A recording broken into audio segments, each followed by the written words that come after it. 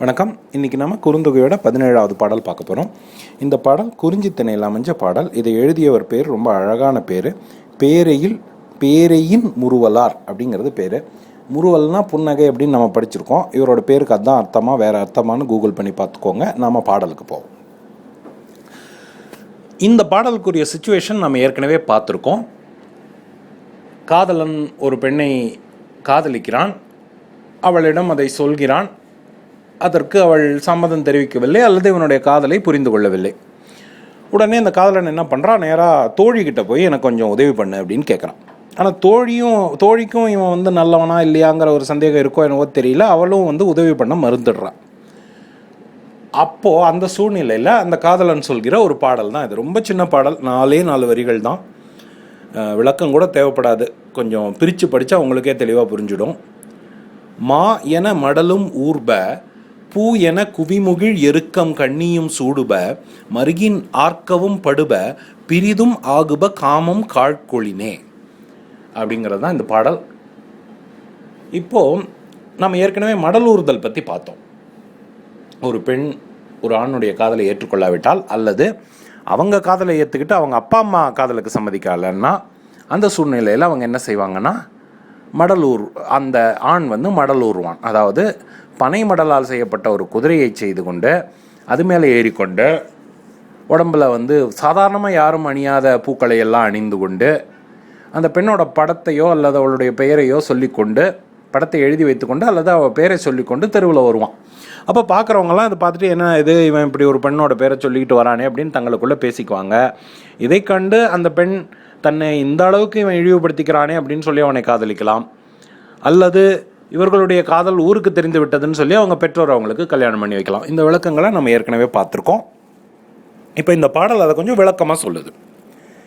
மா என மடலும் ஊர்ப, மானா விலங்கு, குதிரைன்னு அர்த்தம். இந்த இடத்துல குதிரைன்னு நினச்சி மடலும் ஊர்ப, பனை மடலில் செஞ்ச ஒரு பொம்மையின் மீது ஊர்ந்து செல்வார்கள். யார் அந்த செல்வார்கள் அதை அப்புறம் பார்க்கலாம். யாரோ ஒரு தேர்ட் பர்சனை பற்றி பேசுகிறான். செல்வார்கள்.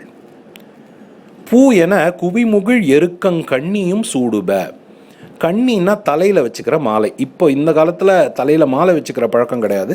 பூச்சரத்தை மட்டும் அதுவும் பெண்கள் தான் வச்சுக்கிறாங்க. ஆனால் அன்னைக்கு ஆண்களும் தலையிலும் ஒரு மாலை சூடுகிற வழக்கம் இருந்திருக்கிறது. அதுக்கு பேர் தான் கண்ணி. 3 சுழினா 2 சுழினா போட்டுறாதீங்க, அது வேற அர்த்தம். ஸோ அந்த கண்ணி பொதுவாக மற்ற பூக்களில் தான் அந்த கண்ணி செய்வாங்க. ஆனால் இவன் என்ன சொல்கிறான்னா, குவிந்த மொட்டுகளை கொண்ட எருக்கம்பூவால் செய்யப்பட்ட கண்ணியை அணிந்து கொள்வேன் அப்படிங்கிறான். அதாவது எருக்கம்பூவால் செய்த அந்த மாலையை பொதுவாக யாரும் அணிய மாட்டார்கள், நான் அணிந்து கொள்வேன் அப்படிங்கிறான். அவன் ஏன் அணியணும் அப்படின்னா, சும்மா நல்லா ஜம்முன்னு ஊரில் எல்லாரும் போட்டுக்கிற அதே மாலையை போட்டுக்கிட்டு இவனும் வந்தான்னா யாராவது அவனை கேள்வி கேட்பாங்களா? ஏதாவது வித்தியாசமாக செஞ்சால் தானே கேள்வி கேட்பாங்க. சாதாரணமாக எல்லோரும் போடுற அதே சட்டை பேண்ட்டை போட்டுட்டு வந்தால் யாரும் கவனிக்க மாட்டாங்க ஆஃபீஸில். திடீர்னு ஒரு நாள் ஒரு வேஷ்டியோ ஒரு ஜிப்பாவோ போட்டுட்டு வந்தால் கூப்பிட்டு என்ன இன்றைக்கி விசேஷம் அப்படின்னு கேட்பாங்கல்ல. அந்த மாதிரி இவன் அதுக்கு நேர் எதிராக பண்ணுறான்.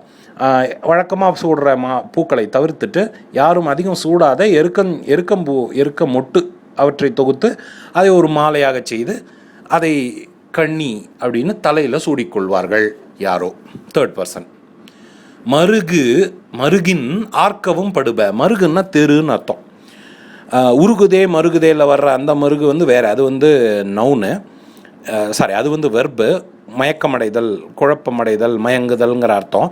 இங்கே மருகு அப்படிங்கிறது தெரு, இட்ஸ் அ நவுன்.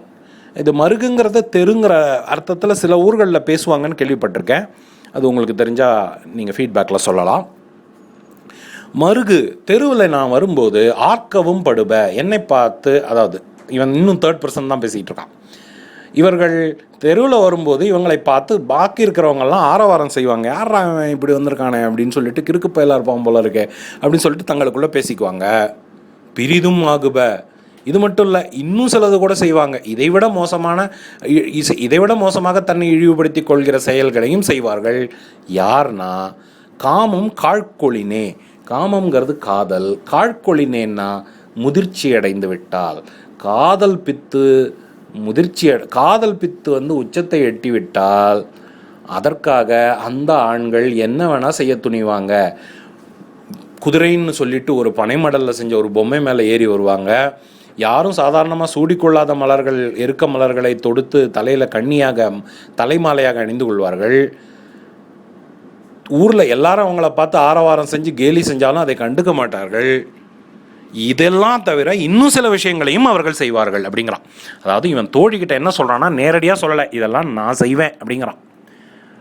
பெண்ணே, உனக்கு காதல் அதிகமானவர்கள், காதல் முதிர்ச்சி அடைந்தவர்கள் என்னெல்லாம் செய்வாங்கன்னு தெரியாது. 1 2 3 4 5 இதெல்லாம் செய்வார்கள்.